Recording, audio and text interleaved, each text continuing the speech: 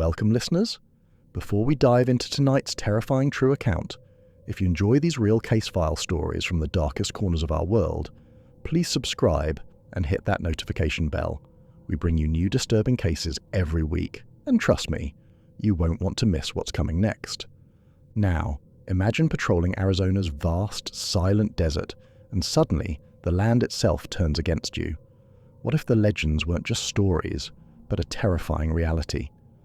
Tonight, a Navajo police officer shares a chilling account of supernatural forces in a place where ancient curses still hold power, blurring the lines between law enforcement and the unknown. Officer Daniel Tsosie never believed in his grandmother's warnings. At 34, with 15 years on the Navajo Nation Police, he'd seen plenty of darkness, the kind that came from human beings, not spirits. 27,000 square miles of Arizona desert fell under his watch, a landscape of redstone mesas and endless sky where the nearest backup could be an hour away, and cell service was more prayer than certainty. He'd handled everything from domestic disputes in isolated hogans to drug trafficking along forgotten dirt roads, always with a clear head and steady hand. The old stories his grandmother told, the warnings about skinwalkers and restless dead, were just that. Stories from a time before forensics and police procedure, remnants of a worldview he'd left behind when he pinned on his badge. Daniel had been raised by his grandmother after his parents died in a rollover accident on Highway 160 when he was 7. She'd taken him into her traditional hogan on the outskirts of Window Rock, raised him with one foot in the old ways and one in the modern world. She spoke Navajo more than English, still cooked over a wood stove, still drew water from a well, and still performed the ceremonies her own grandmother had taught her. Every week she'd tell him stories, warnings really, about places on the reservation where the natural order was broken, where violence had poisoned the earth, where the dead lingered because they couldn't rest. As a child, Daniel had listened wide-eyed to tales of Chindi'itah, the spirits of those who died badly, violently, with rage in their hearts. She told him about skinwalkers, witches who wore the skins of animals and travelled at impossible speeds. She'd warned him about certain canyons, certain rock formations, certain stretches of desert where people simply vanished. But as he grew older, went to school, learned about science and rational explanations, those stories became embarrassing relics of superstition. When he graduated from the police academy in Artesia, New Mexico at 21, he'd politely told his grandmother that he respected her beliefs, but that he dealt in facts, in evidence, in things that could be proven. She just smiled sadly and said, "Some lessons can only be learned by walking into the dark places, grandson. I pray you never have to learn them." His partner thought differently about such things. Officer Tom Begay was 52, with silver threading through his black hair and deep lines around his eyes from decades of squinting into the desert sun. Tom was traditional in ways Daniel had abandoned, still consulting with medicine men before making important decisions, still leaving offerings of cornmeal at certain crossroads, still refusing to speak the names of the dead after sunset, still avoiding certain areas when darkness fell. They'd been partners for 7 years, and despite their philosophical differences, they made an excellent team. Tom's instincts, honed by a lifetime of respecting the old ways, caught things Daniel's modern training missed. Daniel's by-the-book approach and meticulous documentation kept them out of trouble with department brass, and ensured their cases held up in tribal court. Tom had grown up in a family of medicine men and had nearly followed that path himself before choosing law enforcement. He saw no contradiction between the two, believed that protecting the people meant understanding all the threats they faced, both the ones that could be handcuffed and the ones that couldn't. He carried a medicine pouch on a leather cord around his neck, a gift from his grandfather, filled with blessed cornmeal, turquoise fragments, and herbs whose names he wouldn't share. More than once, Daniel had watched Tom refuse to pursue a suspect into certain areas after dark, had seen him turn the patrol car around rather than take a shortcut through particular stretches of desert. Daniel had always thought it was excessive caution, respect for tradition taken a bit too far, but he'd never argued. Tom had been on the job for 30 years and had survived situations that had broken younger officers. It was late October when everything Daniel believed about the world, about reality itself, came apart in his hands. The season when the air turned crisp and the cottonwoods along the washes blazed gold against a red rock. The season when, according to tribal elders, the veil between the world of the living and the world of the dead grew thin, when spirits could cross more easily, when the old places became more dangerous. Daniel had noticed his grandmother becoming increasingly anxious as the month progressed. She burned more sage in her home, its sharp, clean scent hanging heavy in the air. She spoke more frequently in prayers he didn't fully understand, her voice rising and falling in the ancient cadences passed down through generations. She'd called him 3 times in the past week, unusual for a woman who still didn't fully trust telephones, asking when he was working, which areas he'd be patrolling, reminding him to be careful.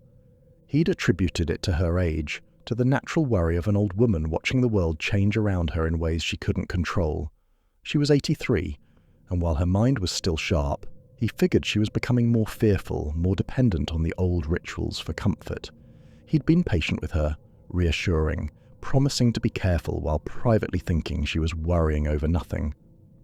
The call came in at 9:47 on a Friday night, crackling through the radio in their patrol unit with the dispatcher's calm, professional voice. Abandoned vehicle, Route 12 eastern edge of the zone locals called Chindi'itah, the Devil's Territory. Even the dispatcher's voice carried a subtle tension when she gave them the location. A slight pause before saying the name of that stretch of desert. Daniel knew the area, knew its reputation.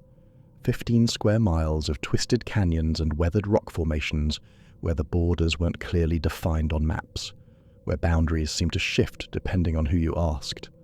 It was a place where livestock vanished without a trace, and hikers who ignored posted warnings sometimes never came back. The site of an 1893 massacre, a piece of history most people preferred not to discuss in detail, when 27 Navajo families were slaughtered by a mixed band of Anglo outlaws and renegade Apache, their bodies burned in a canyon to hide the evidence of the crime. The massacre had happened in late October, during the season when families were preparing for winter, when they were most vulnerable. The raiders had struck at night, overwhelming the isolated family groups with brutal efficiency. Men, women, children, elders, none were spared. The few survivors who'd been away from the camps when the attack came told stories of returning to find their entire families dead, their homes burned, their livestock slaughtered. The raiders had gathered the bodies in a canyon, piled them with wood from the destroyed homes and burned everything to ash, trying to eliminate any evidence that would bring the US cavalry or tribal warriors down on them. But the land remembered. The earth absorbed all that blood, all that rage, all those final desperate prayers for vengeance. According to the medicine men, violent death poisoned the ground, created wounds in reality that didn't heal properly, left scars where the natural order was broken. The canyon where the bodies burned became a place where the dead lingered, where spirits couldn't move on, where the boundary between worlds was permanently damaged. Since the massacre, Chindi'itah had earned its dark reputation through more than a century of disappearances and strange occurrences. Livestock that wandered into the area rarely came back, and when they did, they were often found dead with injuries that made no sense. Hunters pursuing deer into its boundaries sometimes emerged days later with no memory of where they'd been.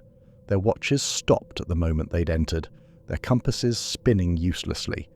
If they emerged at all, the disappearances weren't constant, but they were regular enough to establish a pattern that the elders had documented through oral history, and that Daniel had seen confirmed in police records going back decades.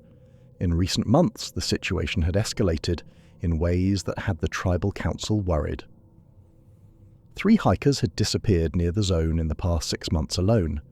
2 were tourists from California, experienced backpackers who'd ignored posted warnings about staying on marked trails, confident in their GPS units and satellite phones, neither of which did them any good. The third was a young Navajo man from Shiprock named Leonard Nez, 26 years old, who'd been training for a marathon and decided to explore some of the old canyon trails his grandfather had mentioned. Leonard had grown up traditional, but had moved to Albuquerque for college, had adopted a more modern worldview, had dismissed the warnings as superstition. His mother had begged him not to run in Chindi'itah. He'd kissed her cheek and told her he'd be fine, that there was no such thing as cursed ground. His truck was found 3 days later, keys still in the ignition. Leonard's body was never recovered. The tribal council, under mounting pressure from both the community and federal authorities, who were asking uncomfortable questions about why so many people vanished on reservation land, had requested increased patrols in the area, despite the obvious and growing reluctance of the officers assigned to the territory. No one wanted to patrol Chindi'itah, especially after dark, especially in late October. But duty was duty, and someone had to respond to calls. The night before the incident that would shatter Daniel's understanding of reality, he'd had dinner with his grandmother at her hogan. She'd made mutton stew and fry bread, his favourite meal, and they'd eaten mostly in silence, which wasn't unusual. His grandmother had never been particularly talkative, believing that words should be chosen carefully, that silence often communicated more than endless chatter. But as he was preparing to leave, walking toward his truck under a sky brilliant with stars, she'd followed him out and grabbed his arm with surprising strength, her weathered fingers digging into his sleeve hard enough that he'd found bruises there the next day. "Some places remember blood, grandson," she said in Navajo, her voice urgent, her eyes clouded with cataracts, but somehow still piercing, locked onto his. "They hunger for it still. The old wounds do not heal. They only wait. They wait for the season when the veil is thin, when the dead can walk, when the earth can take what it's owed." He'd kissed her forehead, felt how thin her skin was, how delicate she'd become, and promised to be careful. He'd attributed her concern to general worry rather than any specific premonition, had thought she was just being an anxious grandmother. He would replay that conversation in his mind 1,000 times in the months to come, wondering if she'd somehow known, if she'd seen something in her prayers or dreams, if there was anything he could have done differently, if he'd only taken her warning more seriously. Friday night came with clear skies and a temperature that hovered around 60 degrees, comfortable for late October in northern Arizona. Daniel and Tom started their shift at 6 in the evening, planning to patrol the eastern sections of their district before circling back toward Window Rock around midnight. It was supposed to be a routine night, the kind where the biggest excitement might be a broken-down motorist needing a tow, or teenagers drinking beer in the desert, thinking they were far enough from town to avoid detection. They'd spent the early evening hours handling a domestic dispute in Huck, a situation that had required more counseling than law enforcement, helping a young couple work through their issues, rather than arresting anyone. They checked on an elderly woman living alone near the New Mexico border, who'd called about strange noises outside her home, finding nothing but a family of javelina rooting through her trash. They'd stopped at a gas station in Lupton for coffee and snacks, chatting with the clerk about the upcoming holiday season. It was mundane, routine police work, the kind of shift that made up 90% of the job. At 9:47, everything changed.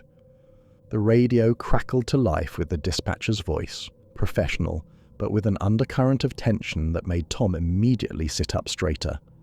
Abandoned vehicle on Route 12, right at the eastern edge of Chindi'itah. A silver Ford pickup truck, engine still warm, driver's door hanging open. A passing motorist had called it in, concerned about the obvious signs of a hasty departure, worried that someone might be injured or in distress somewhere in the darkness. Tom and Daniel exchanged a glance. Route 12 ran along the border of the Forbidden Zone, a 2-lane highway that saw little traffic after sunset, a road that most locals avoided after dark if they had any choice in the matter. The abandoned vehicle could be nothing, a breakdown where the driver got picked up by a friend, or it could be something far worse. They arrived at the scene within 20 minutes, pulling up behind the silver Ford with their lights illuminating the situation. The pickup sat on the shoulder of the highway, its hazard lights still blinking weakly against the vast darkness of the surrounding desert. The engine was indeed warm when Daniel placed his hand on the hood, the metal still radiating heat into the cooling night air. The driver's door hung open at an awkward angle, as if someone had exited in a hurry without bothering to close it properly, without any of the normal care a person would take with their vehicle. Personal belongings were scattered across the front seat and footwell in a way that suggested panic rather than casual disorder. A wallet lay open on the passenger seat, credit cards and receipts spilling out, family photos visible in the plastic sleeves. A cell phone with a cracked screen sat on the dashboard, completely dead, not even showing the battery icon when Daniel picked it up and tried the power button. A half-eaten sandwich sat next to the phone, ham and cheese on white bread, 2 bites taken out of it, the edges beginning to curl in the dry air. A thermos of coffee had tipped over, spilling its contents across the floor mat, the liquid still slightly warm, suggesting this had happened recently, within the past hour or two. Tom checked the registration while Daniel examined the scene more carefully, looking for any signs of struggle or violence. The truck belonged to Richard Benally, 28 years old, from Chinle, about 2 hours north of their current location. According to the dispatcher, who'd run the information and checked with other agencies, Richard's wife had called the Chinle police station 2 hours earlier, when he failed to arrive home from his construction job in Window Rock. He'd called her around 7, said he was leaving work and would be home by 9. When 9:30 came with no sign of him and his phone going straight to voicemail, she'd gotten worried and called the police. What made the scene more concerning, more actively troubling, were the tire tracks. They led from the road into the desert, heading west, directly toward the heart of Chindi'itah, into the darkness where the land swallowed light and reason. In the beam of their powerful flashlights, Daniel and Tom could see where Richard had stood outside his truck, could see the impressions of his work boots in the dusty soil, could see where he'd paced back and forth near the open door, could see the moment when his pacing had stopped and he'd suddenly started walking, almost running, into the darkness with purpose, as if drawn by something only he could see or hear. Tom stood at the edge of the dirt shoulder, staring into the blackness beyond their flashlight beams, his jaw tight, his hand touching the small leather medicine pouch he wore on a cord around his neck, fingers working over it like a rosary. Daniel could see tension in every line of his partner's body, could see fear in his eyes that was unusual for a man who'd faced down armed suspects and dangerous situations without flinching. "We wait for daylight," Tom said quietly, his voice steady but firm. "Call in, search and rescue. Get a team out here at first light with proper equipment and dogs. We don't go into Chindi'itah after dark, Daniel. We don't." Daniel understood his partner's reluctance on an intellectual level, even if he didn't share it. Every instinct shaped by 15 years of tribal tradition, by a lifetime of respecting the old ways and heeding the warnings of the medicine men, was telling Tom that pursuing anyone into cursed ground after dark was asking for disaster, was violating rules that existed for very good reasons. The elders taught that certain places should be avoided at certain times, that the darkness in some locations was different from normal darkness, that there were boundaries between worlds that shouldn't be crossed lightly. But search and rescue protocol was absolutely clear, and Daniel had been trained to follow protocol. A missing person, fresh tracks less than 2 hours old, weather conditions permitting, they had a responsibility to attempt immediate location and rescue. Every hour that passed decreased the chances of finding someone alive if they were injured. If Richard had fallen into a ravine, if he'd been bitten by a rattlesnake, if he was having a medical emergency, every minute counted. The difference between life and death could be measured in those first critical hours. "He's out there now, Tom," Daniel said, trying to be reasonable, trying to appeal to his partner's sense of duty.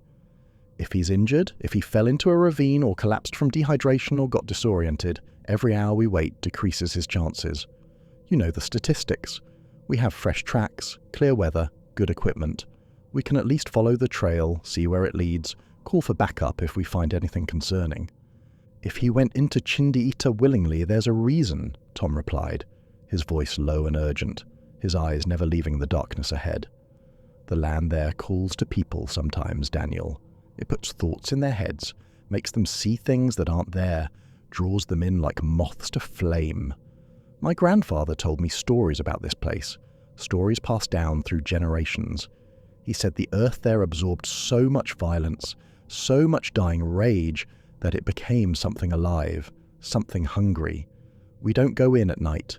We wait for daylight. We call the medicine men. We do this properly." But Daniel was already walking back to their truck, already reaching for the radio to inform dispatch they were pursuing the tracks, that they were attempting immediate location and rescue. He could hear Tom behind him, muttering prayers under his breath in Navajo, words of protection passed down through generations, but following nonetheless because loyalty and partnership ran deeper than fear. Because you didn't abandon your partner, even when every instinct screamed at you to run. They drove slowly along the dirt road that paralleled Route 12, their high beams cutting through darkness so absolute it seemed to have physical substance, so complete it felt like they were driving into a void. Out here, miles from the nearest town with no streetlights, no house lights, no glow of civilization on any horizon, the night was total. Only the stars overhead provided any sense of orientation, the Milky Way blazing across the sky in a river of light that would have been beautiful under other circumstances. About 10 minutes into the drive, maybe 3 miles from where they'd left Richard's truck, the radio started acting strangely. Static burst through in waves, rising and falling like breathing, like something alive was exhaling into the receiver. Within the white noise, Daniel thought he could hear something that sounded disturbingly like voices, but played backward, the syllables reversed and distorted, words that might have been Navajo or might have been no language at all. The sound made his skin crawl, made the hair on the back of his neck stand up, triggered some primal warning system that predated rational thought.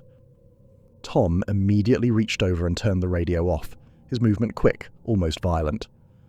"Don't listen to it," he said firmly, his voice harder than Daniel had ever heard it. "Whatever it is, whatever you think you hear in that static, don't listen. Don't try to understand the words. That's how it starts, how it gets inside your head." Daniel wanted to argue that it was just radio interference, just normal static from being in a remote area with poor signal. But something in Tom's voice, some absolute certainty, made him keep quiet. The temperature began to drop, and not gradually. It started subtly, just a slight chill that made Daniel adjust the truck's heater, turning it up a notch. But within minutes, the thermometer on the dashboard was plummeting in a way that defied meteorological explanation. 62 degrees, then 58, then 50, then 45, then 40. The windows began to fog despite the heater running at full blast, despite the fans blowing hot air directly at the glass. Daniel's breath started coming out in visible clouds. Tom's hands, visible in the dashboard lights, were trembling. Whether from cold or fear, Daniel couldn't tell. "This isn't natural," Tom said. And for the first time in their 7 years of partnership, Daniel heard real fear in his voice. Not just caution or respect for tradition, but genuine terror. "This isn't weather, Daniel. This is something else. We need to turn around. We need to turn around right now." But even as Tom spoke, they spotted Richard's footprints in the sweep of their headlights, clear impressions leading from the dirt road toward an outcropping of red rocks about 100 yards into the desert. Daniel parked the truck, and both officers grabbed their powerful LED flashlights and radios before heading out on foot, their breath fogging in air that was now cold enough that frost was forming on the sagebrush around them. The prints were immediately, obviously wrong. Daniel had tracked enough suspects, enough missing persons, enough lost hikers over his 15 years to know what normal footprints should look like in the dusty soil of the high desert. These were wrong in ways that made his trained eye catch immediately. They were too deep, pressed into the earth as if Richard had been carrying tremendous weight, hundreds of pounds more than his body weight, or as if something massive had been pressing down on him from above, forcing each step deeper into the ground than should have been possible. The stride was erratic too, profoundly wrong. Sometimes long strides as if running at full speed, then suddenly shuffled steps as if stumbling, then long again, then dragging, with no consistent pattern, no natural rhythm to the gait. It was the walk of someone not in control of their own movement, someone being pushed or pulled by forces they couldn't resist. Tom knelt beside one of the prints, shining his flashlight directly into the depression, examining it with the careful eye of someone trained in traditional tracking by his grandfather. "Look at the edges," he said, his voice tight. "See how the dirt is pushed outward and upward? That's not from walking, that's from impact, like something was forcing him down with each step, like he was being crushed toward the earth with every footfall. And look here." He pointed to strange marks at the back of the footprint, impressions that looked almost like claw marks gouged into the soil. Something was behind him, pushing him forward. They followed the tracks toward the rocks, their flashlight beams sweeping back and forth across the desert floor, catching the silver green of sage, the twisted forms of juniper, the scattered rocks that littered the landscape. The silence was oppressive, unnatural. No coyotes calling in the distance, no insects chirping in the brush, no wind rustling the sage, no small animals scurrying away from their approach.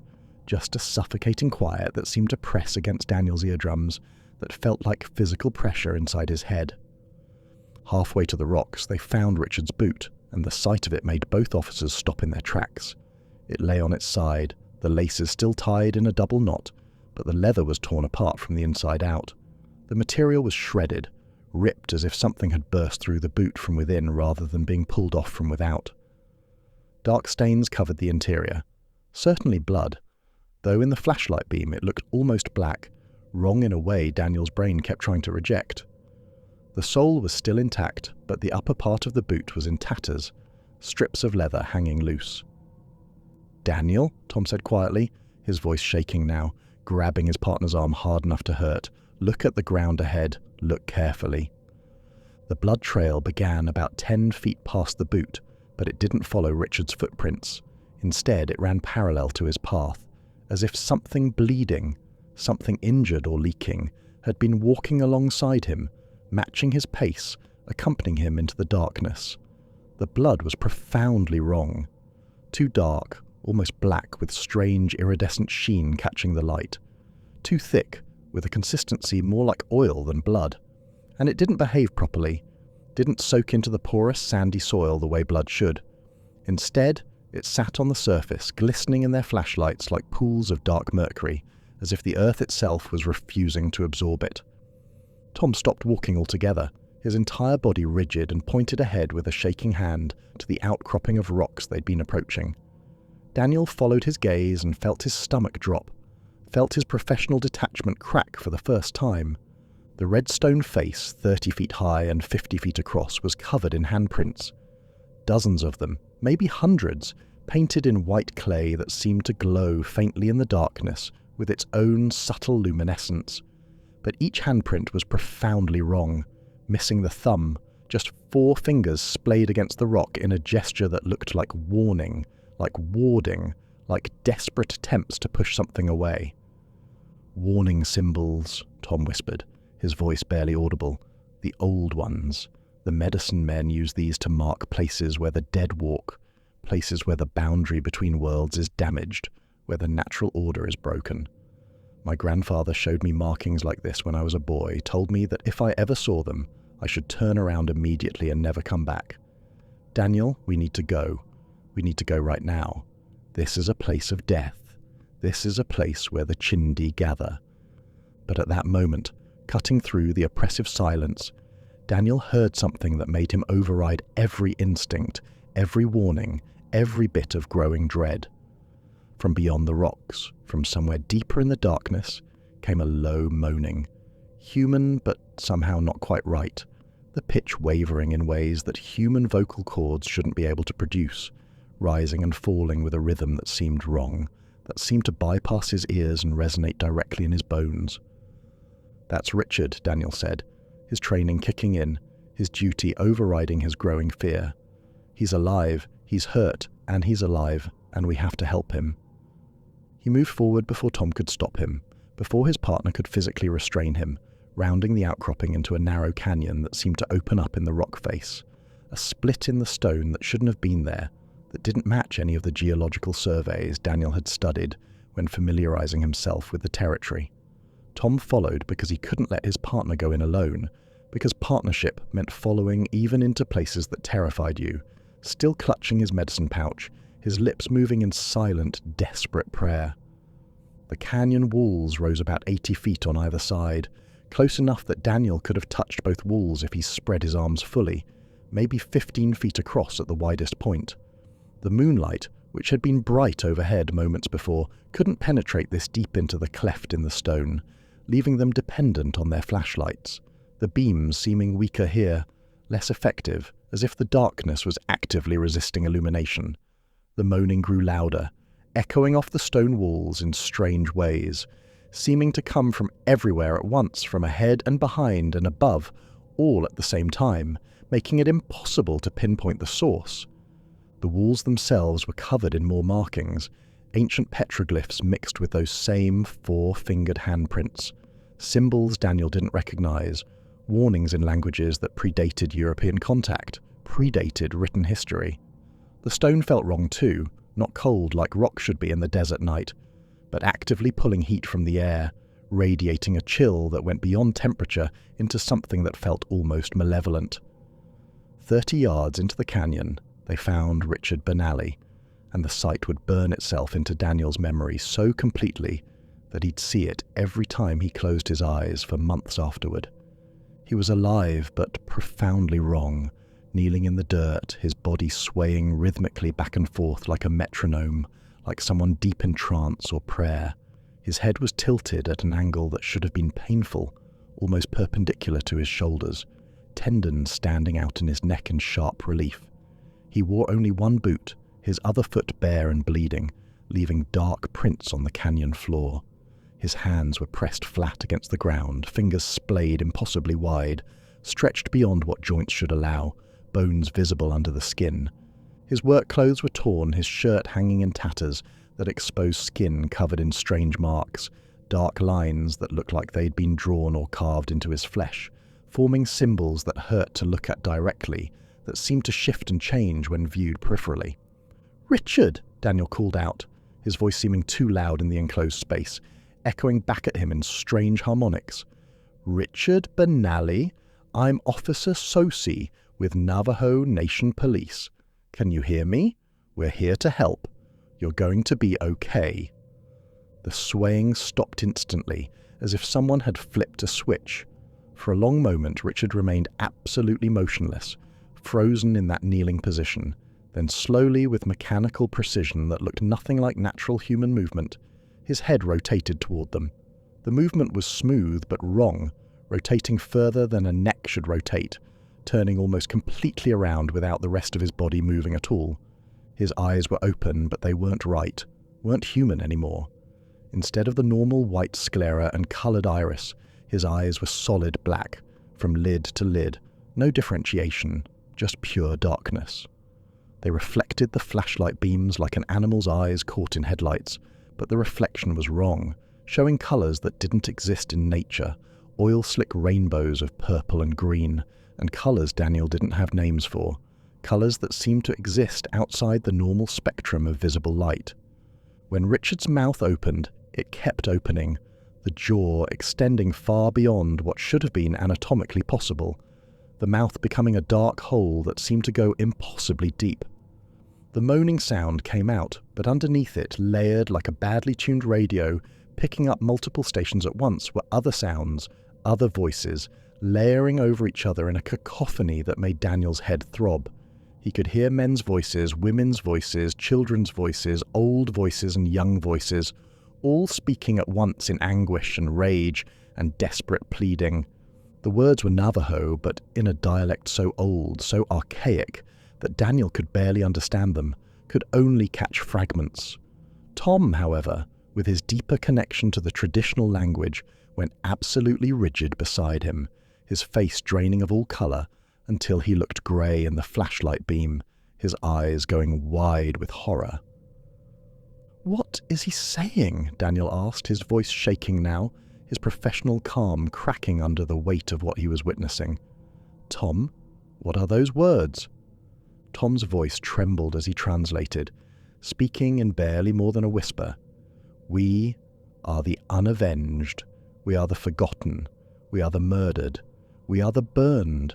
We are the ones who died screaming. We are the hungry earth. We are the debt that must be paid. We are waiting. We have been waiting. We will always be waiting." Richard's body suddenly jerked violently, arms bending backward at the elbows in a motion that made both officers flinch involuntarily, bones cracking audibly in the silence. Something was moving under his skin, clearly visible, travelling from his extremities toward his chest. It looked like dozens of small creatures, or fingers, or something else entirely, crawling beneath the surface of his skin, creating visible ripples in the fabric of his torn shirt, all converging toward his heart like rivers flowing to the sea. Daniel fumbled for his radio with shaking hands, pressing the transmit button, hoping against hope that it would work in this place where everything else seemed to be going wrong. "Dispatch, this is Unit 7. We have located Richard Benally. We need medical evacuation immediately. Subject is in severe distress, possibly drugged or suffering from some kind of psychotic episode. Our location is..." He paused, trying to remember exactly where they were, trying to form coherent thoughts through the growing sense of dread. "We're in a canyon off Route 12, approximately 3 miles west of the abandoned vehicle location. Do you copy?" The radio emitted nothing but screaming static, so loud and sudden that Daniel dropped it, the device hitting the ground and cracking open, batteries spilling out. The sound was unbearable, painful, like metal scraping on metal mixed with human voices in agony, with the sound of burning, with sounds that shouldn't exist, sounds that violated something fundamental about the nature of reality. Tom had pulled out his medicine pouch with trembling hands and was removing its contents, a carefully prepared mixture of cornmeal blessed by his grandfather, yellow pollen from sacred plants, and small fragments of turquoise that had been in his family for generations. He began chanting in Navajo, words of protection his grandfather had taught him, words that hadn't been spoken publicly for generations, words that were supposed to be reserved for the most extreme circumstances, for moments when the boundary between worlds was breaking down. That's when Daniel realized the canyon walls were moving. At first, he thought it was a trick of the flashlight, shadows shifting as his hands trembled uncontrollably. But no, looking more carefully, the rock face itself seemed to be pulsing, expanding and contracting like the walls of a throat swallowing, like living tissue rather than stone. The rhythm matched Richard's swaying, matched some deep pulse that seemed to be coming from the earth itself, and from the fissures and cracks in the stone, from gaps in the rock that shouldn't have been large enough to admit anything bigger than a scorpion, dark shapes began to emerge. They were roughly human-sized, but moved in ways that made Daniel's eyes hurt to follow, that made his brain struggle to process what he was seeing. Their motion was stuttering, jerking, as if reality itself was skipping like a damaged film, like frames were being deleted from the sequence of their movement. One moment they'd be pressed flat against the rock, seeming to merge with the stone. The next moment they'd be several feet forward, with no visible transition between positions, violating the basic rules of space and time that governed normal existence. Their faces, when the flashlight beams caught them directly, were fuel for nightmares, were things Daniel's rational mind kept trying to reject as impossible. Sunken, skeletal, with skin that looked like ancient leather that had been left in the desert sun for decades, pulled too tight over bone, splitting in places to reveal darkness beneath. Where eyes should have been, there were only hollow pits, darkness so complete it seemed to absorb light rather than reflect it, darkness that seemed to go down forever into some impossible depth. Their mouths hung open in permanent silent screams, jaws stretched wider than human jaws should stretch, revealing nothing but more darkness within, as if they were hollow, as if they were just skin stretched over nothing. They wore tattered remnants of clothing from different eras. Daniel could see styles from the 1800s, could see more modern clothes, could see everything in between. Decades and decades of victims, all trapped here, all transformed into these things. Daniel recognized them from his grandmother's stories, from the warnings he'd dismissed as superstition, from the tales he'd thought were just meant to scare children into behaving. Chindi, spirits of the violent dead, those who died with rage in their hearts and vengeance unfulfilled, those who died so badly that they couldn't move on, couldn't find peace, couldn't rest. They were the ghosts his people feared most, not because they were malevolent by nature, but because they were locked into the moment of their death, unable to move beyond the violence that had claimed them, doomed to replay their final agonies forever. There were dozens of them, scores of them, emerging from the walls all along the canyon like insects, boiling out of a disturbed nest, surrounding the officers in a tightening circle that cut off their escape route. They made no sound as they moved, but the temperature continued to plummet at an impossible rate. Daniel could see ice crystals forming on Tom's eyebrows and in his hair. He could feel his own breath freezing in his lungs, could feel the moisture in his eyes beginning to ice over. The cold was beyond anything he'd experienced, was cold that burned like fire, that felt like it was reaching inside him and freezing him from the inside out. Richard screamed, and his voice was his own again for just a moment, breaking through whatever was controlling him, full of terror and pain and desperate pleading that cut straight through Daniel's shock. "Run," he managed to choke out, his voice raw and breaking. "Please, for the love of God, run. Don't let them take you. Run!" Then his body began to rise, and this was the moment when Daniel's rational mind, trained in police procedure and scientific thinking, simply broke under the weight of impossibility.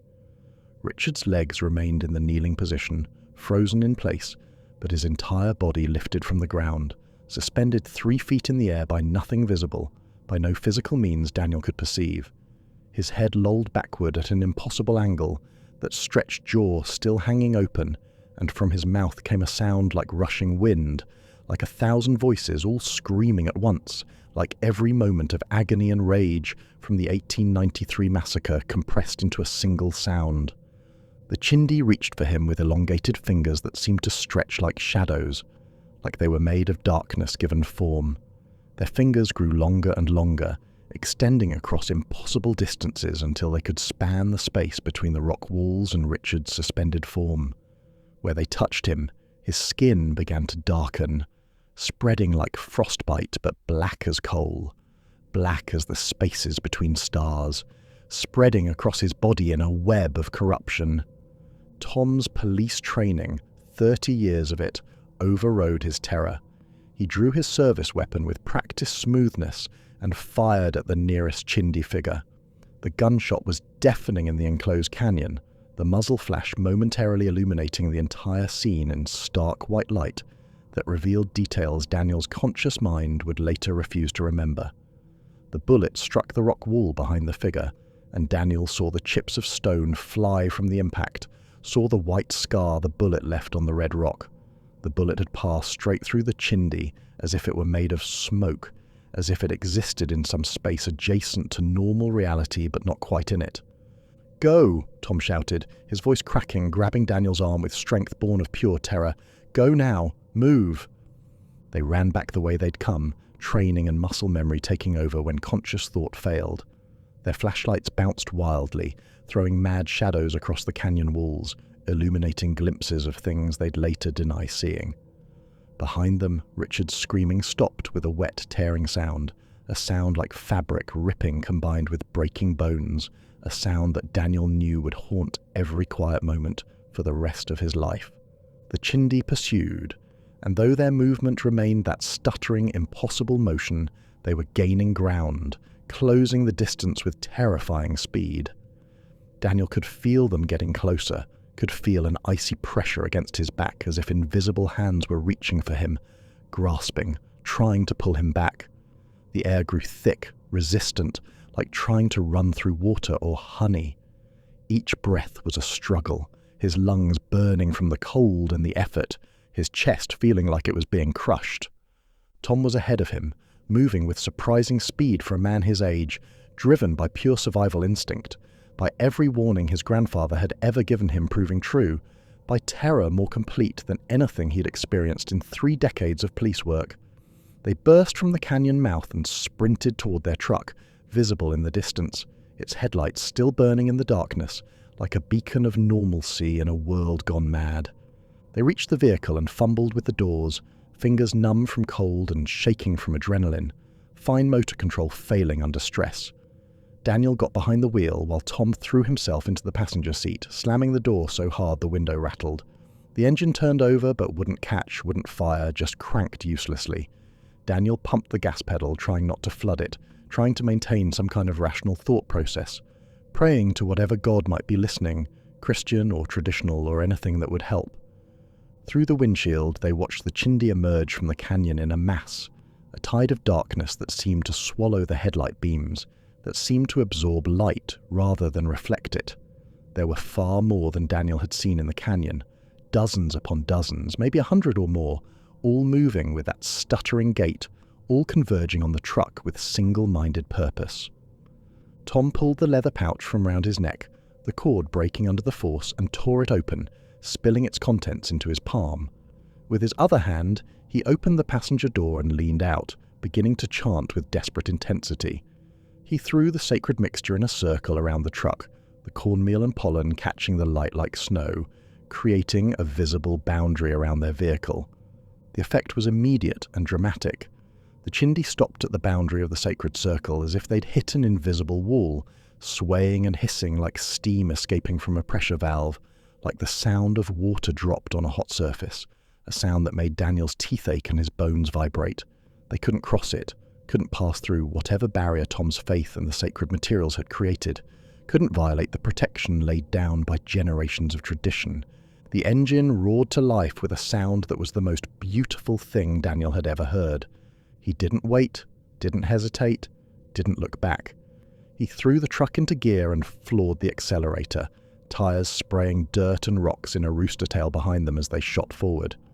The radio, which had been silent since the canyon, suddenly blared to life with that same backward whispering, but now the words were forming into something they could understand. Now the message was clear. You cannot leave, you have trespassed, you have walked where the living should not walk. The debt must be paid, blood for blood, life for life. You cannot leave. In the rearview mirror, Daniel saw them clearly despite the darkness. The line of Chindi stretched across the road behind them, 50, 60, maybe 100 dark figures standing shoulder to shoulder in perfect formation, perfect alignment. They weren't moving now, weren't pursuing, just standing there in the darkness, watching the truck flee, watching the living escape, waiting with the patience of the dead who have nothing but time. "Hold on," Daniel said through gritted teeth, and kept driving straight toward them, because there was no other way out, no alternate route, just that road leading back to Route 12 and safety. The truck hit the line of spirits at 60 miles per hour. For 3 seconds, maybe 4, everything changed. The interior of the truck filled with freezing air, so cold it burned exposed skin, so cold that frost formed instantly on every surface, so cold that Daniel felt his eyelashes freeze together. The overwhelming stench of decay flooded in, the smell of bodies left to rot in the desert sun for weeks, of corruption and death and things that should be buried, a smell so intense it triggered violent gagging. Daniel felt something brush past his face, something solid but not solid, something cold but not quite physical, something that existed in a space between states of matter. It felt like fingers trailing across his cheek, like breath on the back of his neck, like someone or something sitting in the back seat reaching forward to touch them. He heard Tom crying out beside him, heard him praying frantically in Navajo, heard words he'd never heard his partner use before. Then they were through, and the night was just night again. The temperature began to slowly rise, though frost still covered every surface inside the truck, though their breath still came out in visible clouds. Both officers were shaking violently, whole-body tremors they couldn't control, teeth chattering so hard it hurt their jaws, breathing in ragged, desperate gasps like drowning men who'd just broken the surface. Daniel didn't slow down. He kept his foot pressed to the floor, pushing the truck to its absolute limits on the rough dirt road, bouncing over ruts and rocks, the suspension protesting, not caring about damage to the vehicle, just needing to put distance between them and that place, between them and the canyon, between them and the things that waited there in the darkness. Neither officer spoke. There were no words for what they'd just experienced, no framework to process what they'd seen, no way to fit it into their understanding of how the world worked. The silence between them was heavy with shared trauma, with things witnessed that couldn't be unseen, with the knowledge that their understanding of reality had just been shattered. They didn't stop driving until they reached the tribal police station in Window Rock, 45 minutes of straight driving during which neither officer could stop shaking, during which the frost inside the truck gradually melted, leaving puddles of water on the seats and floor, leaving condensation running down the windows. When they pulled into the parking lot under the bright security lights, other officers who were outside on break smoking cigarettes and talking about their shifts immediately noticed something was profoundly wrong. Both Daniel and Tom looked like they'd aged years, decades in a single night. Their faces were pale as paper, waxy looking, eyes wide and shell-shocked with a 1,000-yard stare usually seen in combat veterans. Most disturbing, most immediately noticeable was their hair.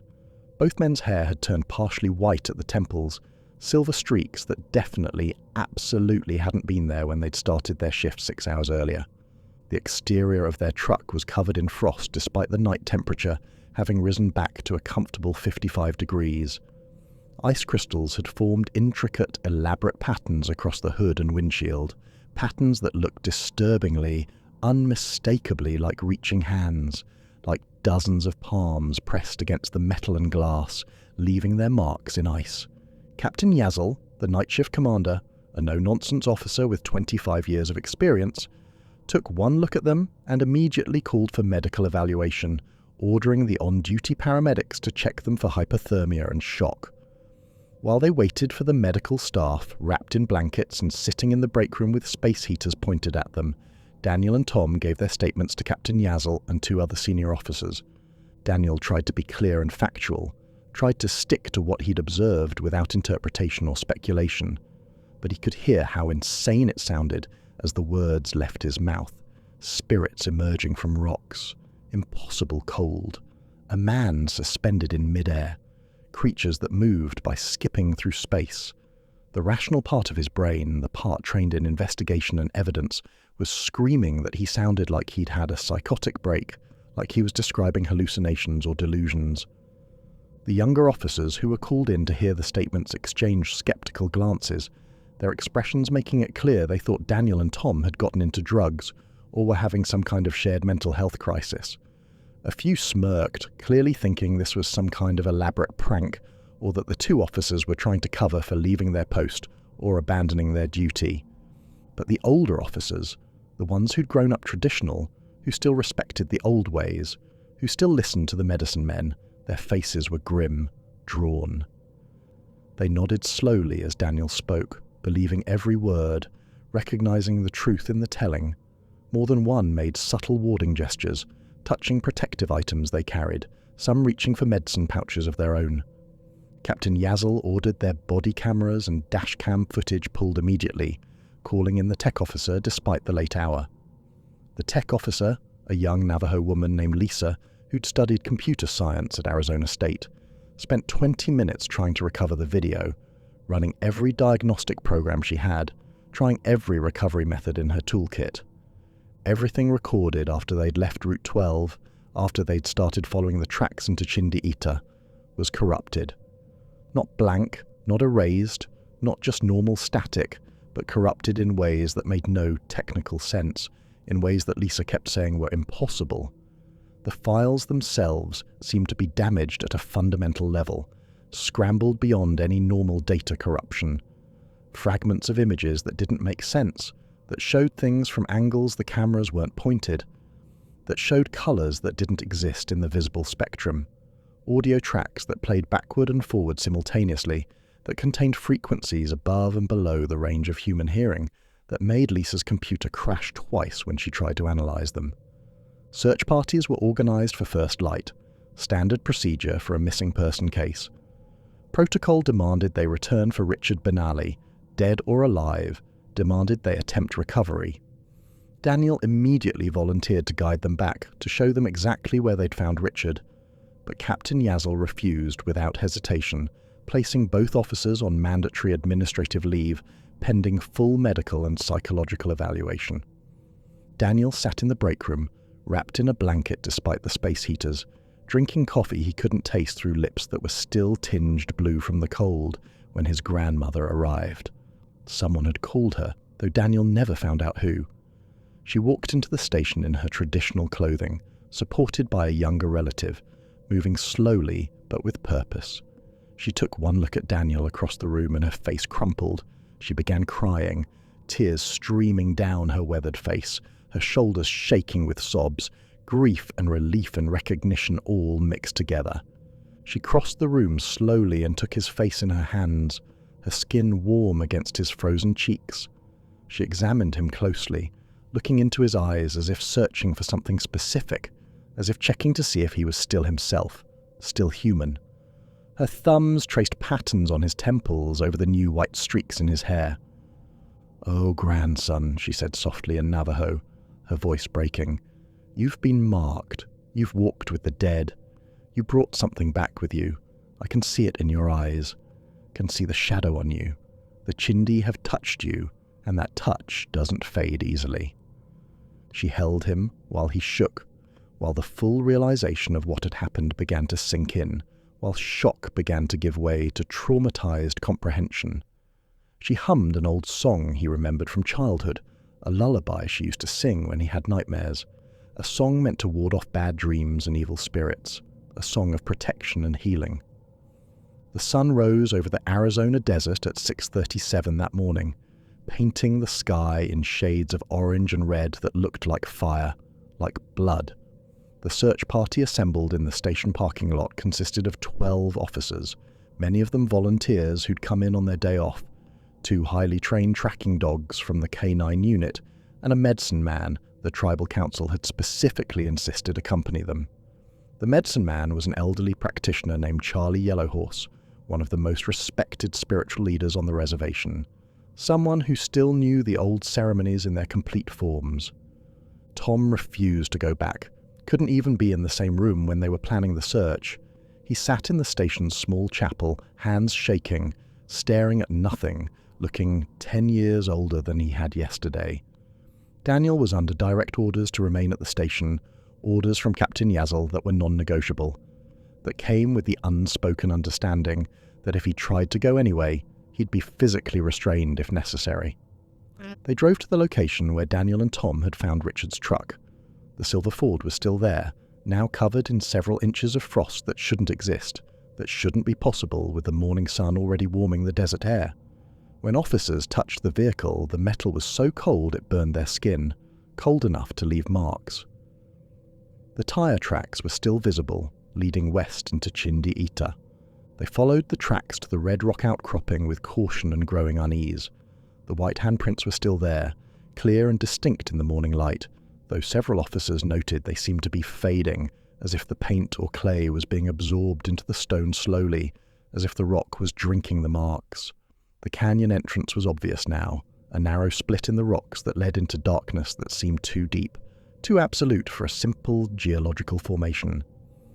Charlie Yellowhorse stopped at the canyon entrance and performed a blessing ceremony that took 20 minutes, chanting and spreading cornmeal and pollen, creating protective barriers, preparing the search party for what they might encounter. Several of the younger officers shifted impatiently, clearly thinking it was a waste of time, but the older officers stood respectfully silent, knowing better than to dismiss such precautions.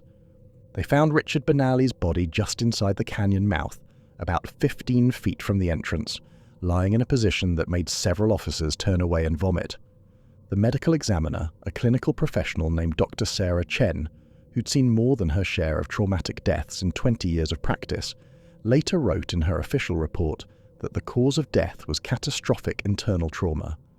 Every bone in Richard's body was broken, not just fractured or cracked, but pulverized, reduced to fragments and powder. Yet there were no external wounds, no bruises, no marks, no indication whatsoever of what had caused such devastating, comprehensive internal damage.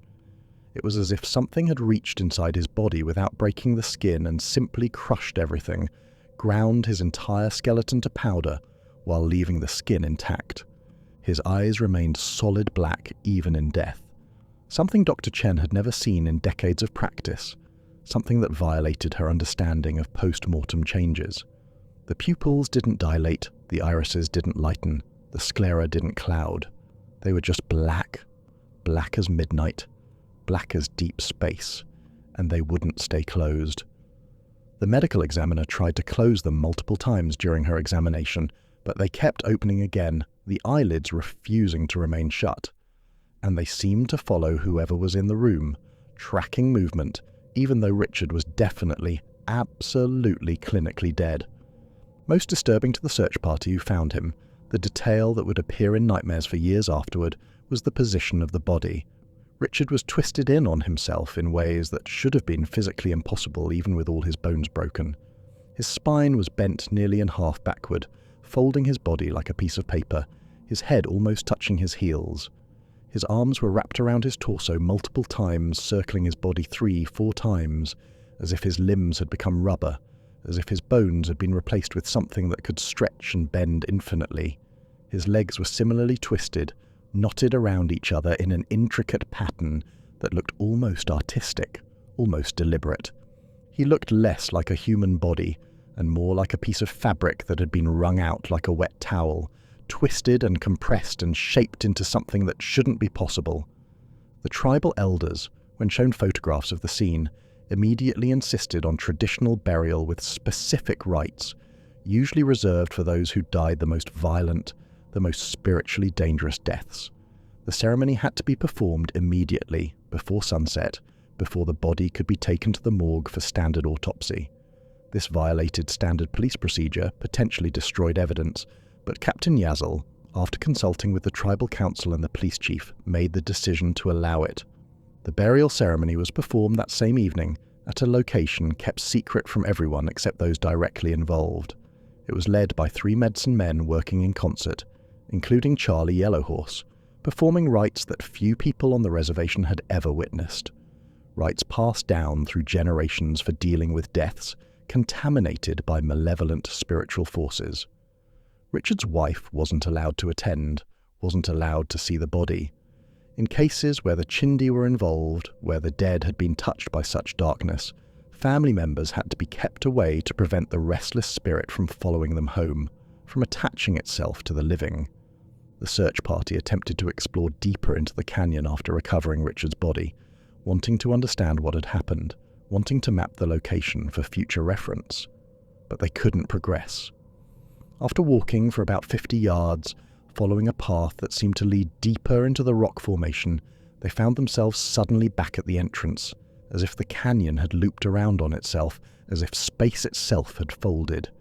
They tried 3 times, following different paths, marking their route carefully, but each time they ended up back where they started. The tracking dogs refused to go more than a few feet into the canyon, whining and pulling frantically against their leashes, exhibiting signs of extreme distress, behaving in ways their handlers had never seen. One dog, a German shepherd named Rex with 8 years of experience and dozens of successful searches, urinated in fear and refused to move, simply lying down and shaking. Charlie Yellowhorse performed a blessing at the canyon mouth, spreading sacred materials and speaking prayers of containment, prayers meant to seal whatever was in that place, to strengthen the boundary between worlds. When he finished, he turned to the assembled officers and advised immediate departure, with an urgency that made even the skeptics listen. When the search party returned to their vehicles and consulted their maps, GPS systems and geological survey databases, they made a disturbing discovery that would later be investigated by multiple agencies without explanation. The canyon they'd just been inside didn't exist. Not on any map, not in any geological survey, not in any historical record, not even in the satellite imagery. According to every official source, the rock face in that area was supposed to be solid, continuous, showing no openings, no fissures, certainly no canyon large enough for a dozen people to walk into. They returned the next day, bringing surveying equipment and a geologist from the University of Arizona, a professor named Dr. Williams, who specialized in the geological formations of the Colorado Plateau. The canyon entrance was gone. Where there had been a clear, obvious opening, a split in the rock that 12 officers and 2 dogs had walked through, there was now only solid rock wall, continuous and unbroken. Dr. Williams examined the stone carefully, taking core samples and running multiple tests. According to his analysis, the rock face had been solid, continuous and undisturbed for millions of years. The geological layers showed no indication of any kind of opening, recent or ancient. The weathering patterns on the stone were consistent with a surface that had been exposed to the elements for millennia, without any breaks or discontinuities. By every scientific measure, the canyon had never existed. Yet 12 officers and 2 dogs had walked into it yesterday. Their boot prints were still visible in the dirt at the base of the rock face, leading up to the stone and simply stopping, as if they'd walked straight into solid rock, as if reality had been different yesterday than it was today. Daniel's life transformed completely after that night. The first few days, wrapped in the comfortable numbness of shock, He tried desperately to convince himself it had been some kind of hallucination, some kind of shared delusion, maybe gas exposure from a natural pocket of hallucinogenic compounds in the canyon, maybe carbon monoxide from a crack in the truck's exhaust system, affecting both their brains. Maybe contaminated water they'd both drunk. Maybe mass hysteria triggered by being in a place with such a dark reputation. His rational mind, trained in investigation and evidence-based thinking, scrambled for any explanation that fit within the boundaries of normal reality. But the physical evidence was undeniable, was impossible to dismiss or rationalize away. The frost on the truck that shouldn't have existed, the white hair at his temples that hadn't been there before, the corrupted video files that multiple technical experts had examined and declared impossible, Richard's body twisted in ways that violated the basic rules of anatomy and physics, the canyon that appeared and disappeared, the dozen witnesses who'd seen things that shouldn't exist. The phenomena in his personal life started small, easy to dismiss as coincidence or imagination. He'd come home from the hospital after his mandatory 72-hour observation period for hypothermia and psychological evaluation to find objects moved in his apartment. A picture frame that had hung straight was now tilted at a precise 45-degree angle. Books on his shelf were rearranged, organized in a way he knew he hadn't left them, his coffee mug sitting on the kitchen counter when he clearly, absolutely remembered leaving it in the sink before his shift. Then the handprints began appearing, and these couldn't be dismissed or rationalized. He'd wake in the morning to find them on his bedroom window, pressed against the glass from the outside, even though he lived on the 3rd floor of his apartment building, 30 feet above the ground with no fire escape, no balcony, no way for anyone to physically reach that window. White prints, 4 fingers, no thumb, just like the ones on the canyon wall, pressed against the glass and leaving faint traces even after he cleaned them, leaving marks in the glass itself as if the prints had been burned in with acid. His wife, Maria, noticed he was talking in his sleep, something he'd never done in their 8 years of marriage. It started the first night he came home from the hospital, low muttering that woke her from sleep. She recorded him one night on her phone without telling him, planning to show him in the morning as proof that he needed to see a therapist, that he needed to talk to someone about what he'd experienced.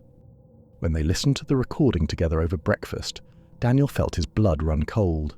His voice on the recording was clear and distinct, not the usual mumbling of sleep talk, but clear pronunciation and steady cadence. But he was speaking in Navajo, in a dialect he didn't know, had never studied, that he'd never even heard before.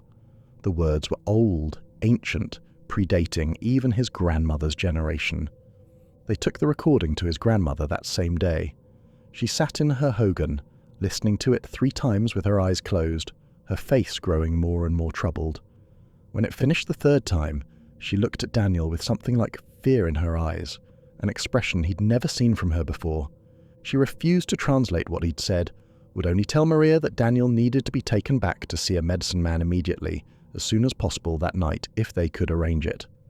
When Maria pressed her, when Daniel demanded to know what he'd been saying in his sleep, his grandmother would only say that the words were not his, that something else was speaking through him, that he was being used as a vessel for voices that should be silent, for words that should not be spoken. Tom fared worse, deteriorated faster and more visibly.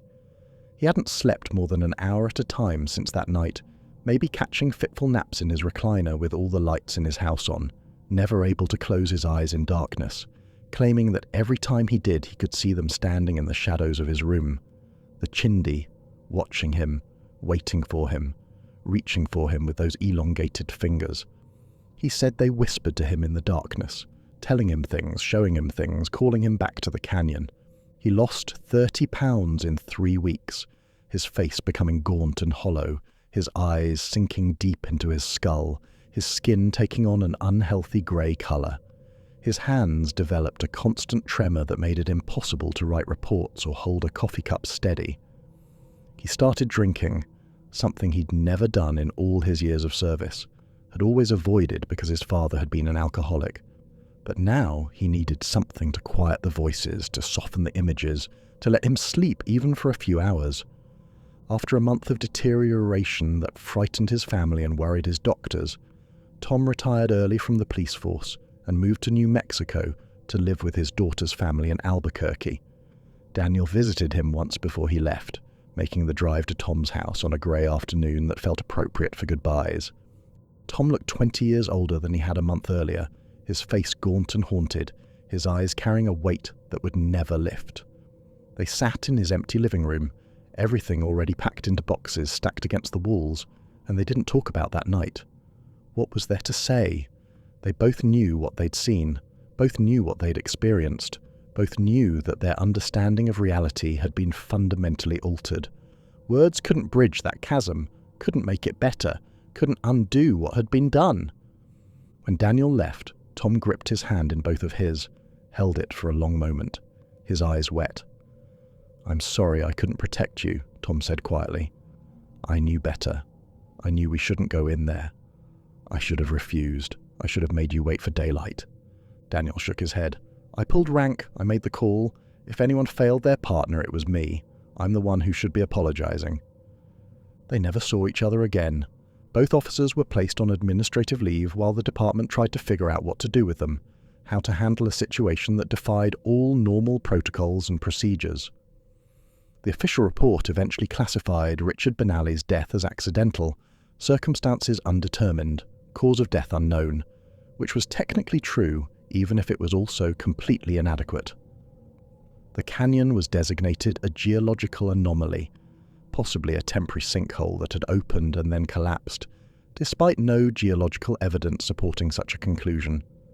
None of it was true, but it was easier than the alternative, easier than admitting that there were things in this world that couldn't be explained by science, that violated the fundamental rules of reality, that existed in spaces between the rational and the impossible. Daniel underwent a traditional healing ceremony 3 weeks after the incident, performed by Charlie Yellowhorse at his grandmother's urgent insistence. The ceremony was a 4-day ritual that involved chanting, sweat lodges, fasting, and the creation of an elaborate sand painting that took Charlie and 2 assistant medicine men 8 hours to complete.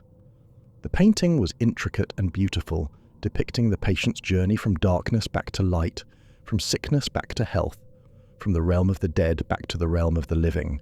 On the 3rd night of the ceremony, while sitting in the sweat lodge with temperatures exceeding 130 degrees, with steam so thick he could barely see his hands in front of his face, with chanting surrounding him in the darkness, Daniel had a vision so vivid and clear it was more real than reality, more present than the physical world.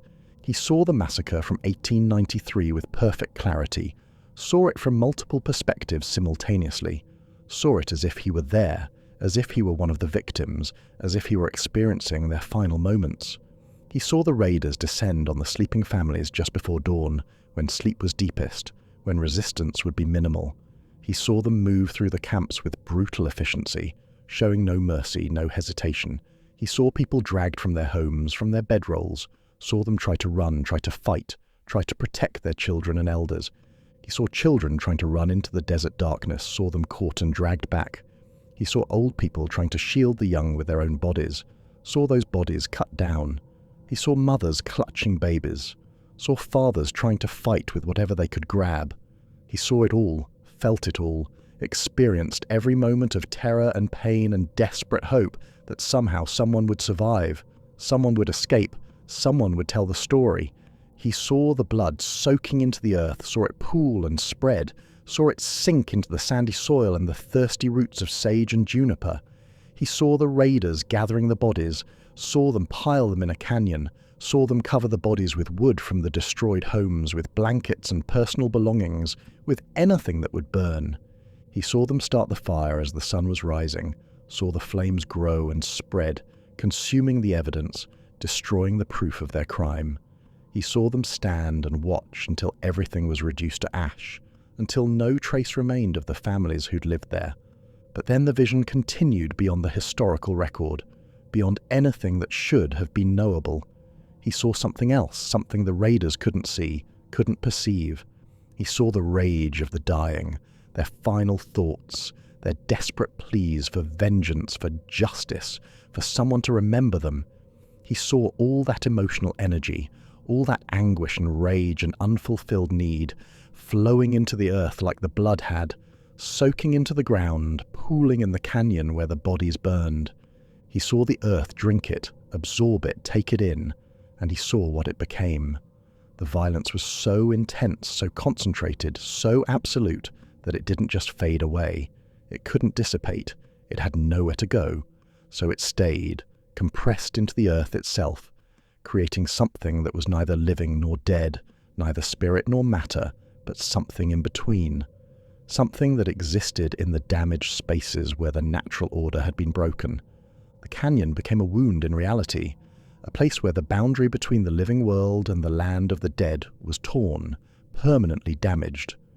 The Chindi weren't individual spirits of the victims, but rather a collective echo of the massacre itself. All that pain and rage and unfulfilled need compressed into a single phenomenon, into beings that were parts of a larger whole.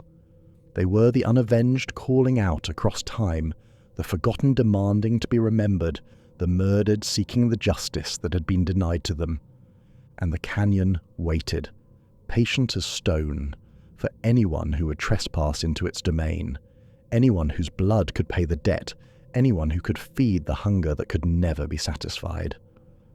When Daniel emerged from the sweat lodge on the fourth day, weak and dehydrated and spiritually exhausted, Charlie Yellowhorse told him that the ceremony had been successful, that the marking would fade with time, that the connection between Daniel and that place would gradually weaken. But Charlie also warned that Daniel would never be entirely free, would never return completely to who he was before. "You walked in their realm," Charlie said, his old eyes serious and sad. "You breathed their air, felt their touch, heard their voices. That's not something that washes off completely, not something that can be entirely healed. Part of you will always be in that canyon, and part of that canyon will always be in you. You're marked now, and marked people see things others don't, feel things others can't. You'll be able to see the thin places, the damaged places, the boundaries where the worlds touch. That's both a gift and a burden." The Tribal Council held an emergency session 2 months after Richard's death, a closed meeting attended only by council members, the police chief, and several medicine men. After 6 hours of discussion and debate, they voted unanimously to officially designate Chindi'itah as forbidden territory, off-limits to all civilians without exception, accessible to law enforcement only in the most extreme emergencies, and only with appropriate spiritual preparation and accompaniment. New fencing was erected at its borders within the week, 8 feet high chain link topped with barbed wire, though everyone knew the fence was more symbolic than practical, more about establishing clear boundaries than actual prevention. Warning signs were posted every 100 yards along the boundary, in English and Navajo, with additional symbols that the medicine men had drawn, traditional warnings that predated written language. The signs stated in clear terms that entering the area was prohibited by tribal law, that violators would face prosecution, that the area was spiritually dangerous. They stopped short of explaining why, stopped short of saying what waited in there, but the message was clear enough.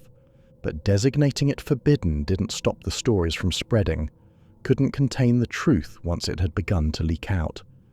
As news of Richard's death and the officer's experience spread through the reservation, moving through families and communities with the speed that information travels in tight-knit societies, others began coming forward with their own accounts, their own experiences with Chindi'itah, stories they'd kept private for years or decades out of fear of ridicule or disbelief.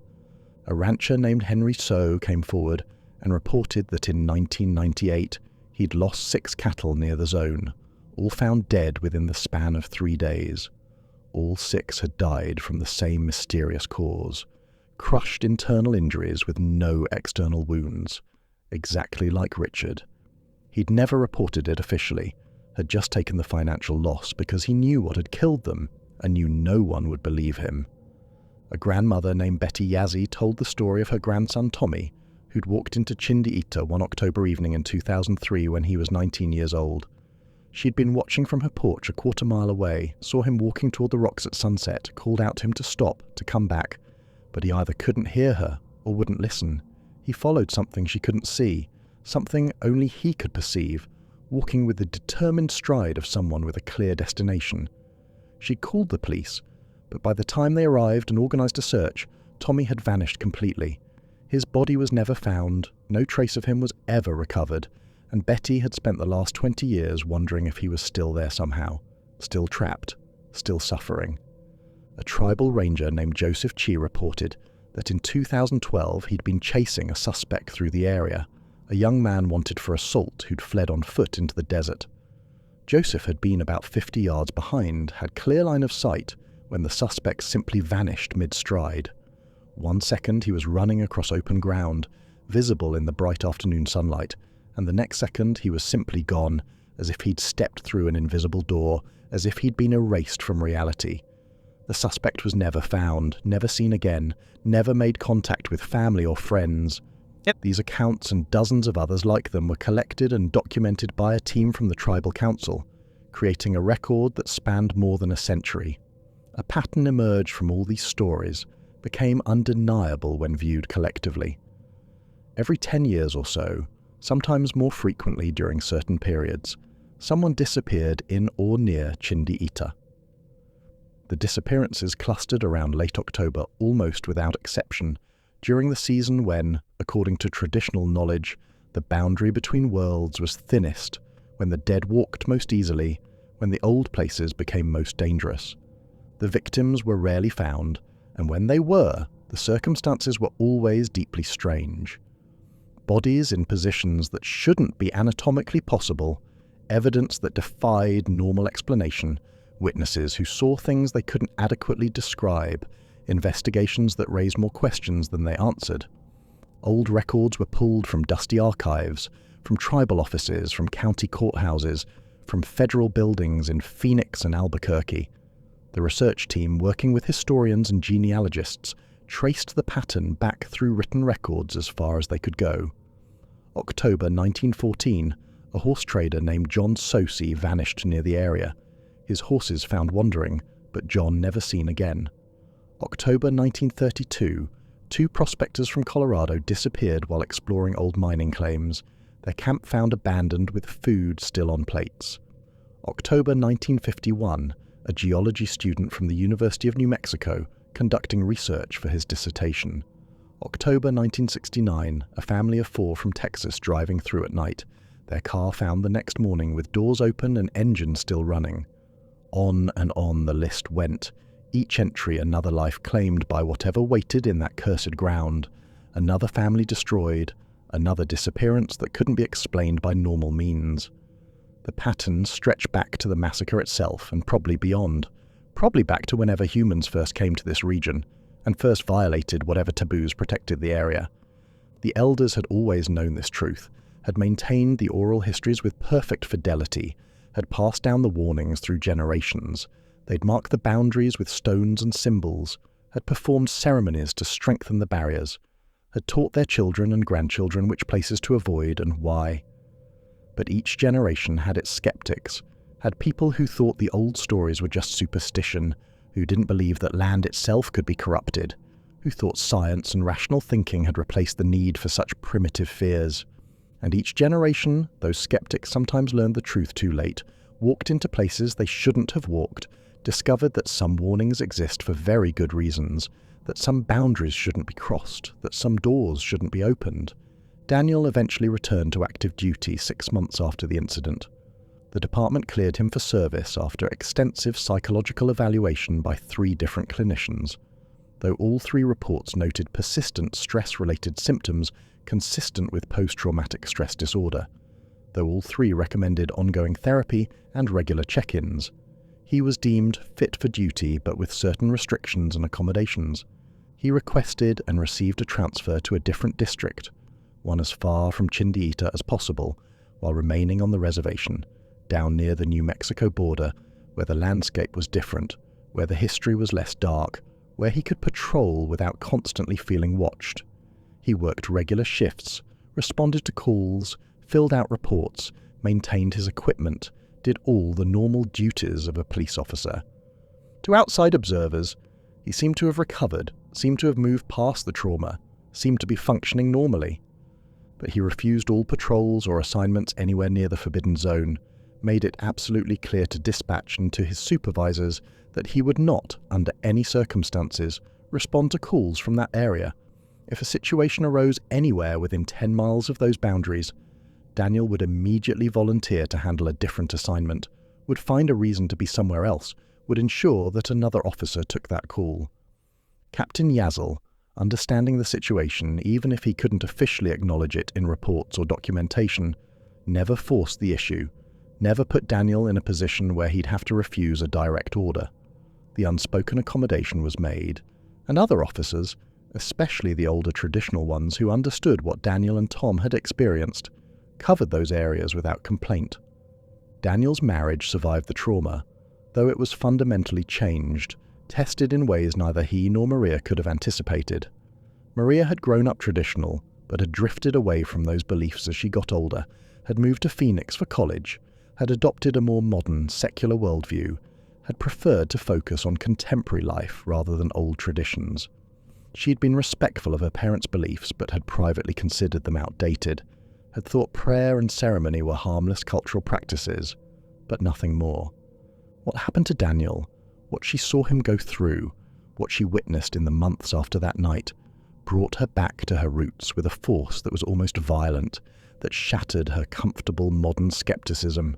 She started attending ceremonies again, spending time with the medicine women of the community, learning the prayers and protections her grandmother had tried to teach her years ago, when she'd been too young and too modern to listen. She learned how to make protective items, small pouches of blessed materials to hang above doorways and windows. She learned the songs that created safety, the prayers that strengthened boundaries between the living world and the other places. She learned which plants to burn to cleanse a space, which stones to carry for protection, which symbols to draw to ward off malevolent influences. She learned all the things she'd dismissed as superstition, learned them because she'd seen with her own eyes that they were necessary, that the old ways existed for reasons that were very real. They had a daughter 2 years after the incident, a beautiful baby girl they named Annie Rose Tsosie. The pregnancy was nerve-wracking for both of them, filled with constant worry about what Daniel's exposure to Chindi'itah might have passed on, whether being marked by such darkness could affect an unborn child. But Annie was born healthy and perfect, with her father's dark eyes and her mother's smile. Daniel's grandmother, now 85 and increasingly frail, insisted on performing a blessing ceremony for the child before she was even a week old. It was an elaborate 4-hour ritual that involved creating a protective circle around the infant, singing songs of safety and health, marking her with symbols that would shield her from spiritual harm. Daniel didn't argue, didn't question, didn't protest, even though it meant having a dozen people in their small home while Maria was still recovering from childbirth. He understood now, understood that protection required vigilance, that safety required action, that some threats couldn't be dealt with by modern medicine or rational thinking. His grandmother held Annie and sang to her in Navajo, tears streaming down her weathered face, praying that this child would be protected from the shadows that followed her father, that she would grow up safe and strong and untouched by the darkness that had marked her family. Tom never returned to Arizona after moving to Albuquerque. He lived with his daughter's family in a suburb on the west side of the city, working security at a shopping mall, a job that was simple and straightforward, and involved no darkness, no danger, no decisions more complicated than whether to call police for shoplifters. He saw a therapist twice a week, took medication for anxiety and insomnia, attended a support group for people with PTSD, tried to build a new life from the pieces of his old one. Daniel called him every few months, and they'd talk on the phone for an hour or more, conversations that carefully circled around the central trauma in their shared history, talking about Tom's grandchildren, about sports, about politics, about Maria and Annie, about anything except that night. The silence around what they'd experienced was louder than any words, was a void they both felt but neither could cross. Some experiences were too profound to share, too traumatic to revisit, created boundaries between the person who'd lived through it and everyone else. On the 5th anniversary of that night, Daniel called Tom like he did every October 21st, a ritual they'd maintained even when months went by without other contact. They talked for 2 hours, longer than usual, and at the end, just before hanging up, Tom said something he'd never said before. "Do you still see them?" Tom asked quietly. Daniel was silent for a long moment, standing in his backyard watching Annie play on her swing set, 3 years old and beautiful and innocent. "Yeah," he said finally. "Not as often, but yeah, I still see them sometimes." "Me too," Tom said, his voice barely a whisper. "I didn't think it would last this long. Charlie said it would fade." "It has faded," Daniel replied. "Just not completely. Maybe it never will." They were quiet together for a while, connected by their phones across 400 miles, and by an experience that had changed them both forever. Richard Benali's death remained officially classified as accidental, circumstances undetermined. His wife Elena received his life insurance payout, and his pension, standard benefits for the families of those who died in accidents. She moved back to her family's home in Chinley 6 months after Richard's death, helped raised by her parents and siblings, supported by a community that understood loss. She remarried 3 years later to a teacher from the local elementary school, a good man who was patient with her grief and accepted that part of her would always belong to Richard. As far as Daniel knew from occasional updates through the law enforcement community, Elena never spoke publicly about what happened to her husband, never gave interviews, never discussed that night. Some wounds were too deep to share, some losses too profound to articulate. But some people on the reservation knew the truth, had always known, would always know. The old women who gathered at the chapter house for weekly meetings, sharing coffee and fry bread and stories. The men who still performed the traditional ceremonies in their complete forms, who maintained the old knowledge even as the modern world pressed in. The rangers who patrolled the empty spaces, who knew which areas to avoid, who understood that their jurisdiction included both physical territory and spiritual boundaries. They knew that some places on Earth were wounded, that violence could poison land as surely as chemicals or radiation could, that certain acts created scars in reality itself that didn't heal with time. They knew that the Earth had memory, that stone and soil could absorb emotion, that rage and anguish could become things that persisted, that waited, that hungered. Chindi'itah remained off limits, its boundaries clearly marked by fencing and signs, its reputation ensuring that most people stayed away without needing to be forced. The vast majority of people on the reservation, especially those from traditional families, needed no convincing to avoid that area. The warnings had been passed down through generations for good reason, and those reasons had been validated once again. But on certain October nights, hikers camping in the general area, far enough from the forbidden zone that they thought they were safe, reported hearing screams carried on the wind. Not animal sounds, not coyotes or owls or anything natural, but sounds that didn't quite sound human, that seemed to come from nowhere and everywhere at once, that seemed to bypass the ears and resonate directly in the chest cavity, in the bones, in some primal part of the brainstem that recognized the sound of suffering even when it couldn't identify the source. Ranchers occasionally lost livestock near the zone, animals found dead with no obvious cause, no signs of predation or disease or injury. Their bodies were sometimes arranged in ways that suggested intelligence behind their deaths, patterns that seemed deliberate, that seemed like messages or warnings. Dead cattle laid out in perfect circles, sheep positioned to point toward the forbidden area like arrows, horses found standing upright but dead, frozen in position as if they'd died instantly from shock or terror. Teenagers on vision quests, traditional coming-of-age ceremonies that involved going alone into the desert to fast and pray and seek spiritual guidance, sometimes reported seeing lights moving through the canyons at night, not flashlights or lanterns, but lights that flickered and stuttered like damaged film, that moved with that same impossible jerking motion Daniel had seen, that seemed to exist in the spaces between seconds, between heartbeats, between moments of normal time. And Daniel, living his life far from that cursed ground, working his shifts and raising his daughter and trying to be a good husband and officer, still saw them sometimes. The frequency had decreased over the years, from nightly appearances to weekly to monthly to just occasional intrusions. But they never stopped entirely, never released him completely. Late at night, when he couldn't sleep, when the house was quiet and Maria and Annie were sleeping peacefully in their rooms, he'd stand at his bedroom window and look out at the darkness. And sometimes, maybe once or twice a month now instead of every night, He'd see the handprints pressed against the glass from the outside. 4 fingers, no thumb, white as bone, white as frost, white as death.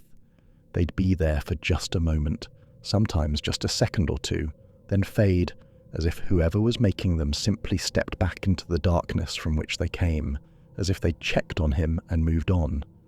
His grandmother had said the marking would fade with time, and maybe she was right. Maybe in another 5 years, another 10, the handprints would stop appearing entirely. Maybe in 20 years, he'd be able to go weeks or months without thinking about that night. Maybe eventually it would all fade to just a strange memory, something that happened long ago to a younger version of himself. But Charlie Yellowhorse had been right too. Daniel would never be completely free, would never return entirely to who he was before. Part of him would always be in that canyon, standing in the darkness while the Chindi emerged from rocks that breathed, watching Richard rise impossibly into the air, feeling those cold hands reaching for his back, hearing those voices layered over each other in impossible harmonies, speaking words of rage and hunger and unfulfilled vengeance. On the anniversary of that night every year, on October 21st, Daniel always visited his grandmother if she was still alive, and her grave after she passed. They'd sit together, or he'd stand at her headstone, and he'd tell her he was okay, that Maria and Annie were okay, that he was still being careful, still respecting the warnings, still staying away from the thin places. And every year she, or her memory, would remind him of what she'd said that last dinner before everything changed. Some places remember blood, grandson. They hunger for it still. The old wounds do not heal. They only wait. The Navajo Nation Police Department's official position, when journalists or researchers asked about the Richard Benally case and the Chindi'itah designation, remained consistent and uninformative. Richard Benally's death was a tragic accident in a remote area known for dangerous terrain. The area was closed to public access due to safety concerns about unstable ground and unmarked hazards. Officers were instructed to avoid the area except in extreme emergencies as a matter of officer safety policy. No further details were available, and the department had nothing else to add.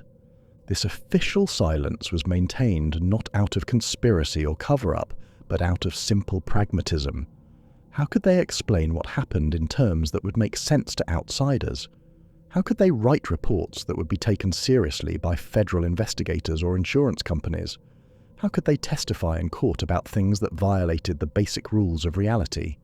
The silence was easier, safer, more practical than trying to force impossible truths into bureaucratic forms designed for normal circumstances.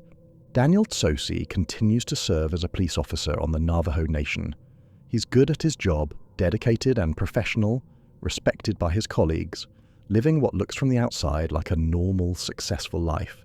He's received commendations for his work, has mentored younger officers, has built a reputation as someone dependable and skilled.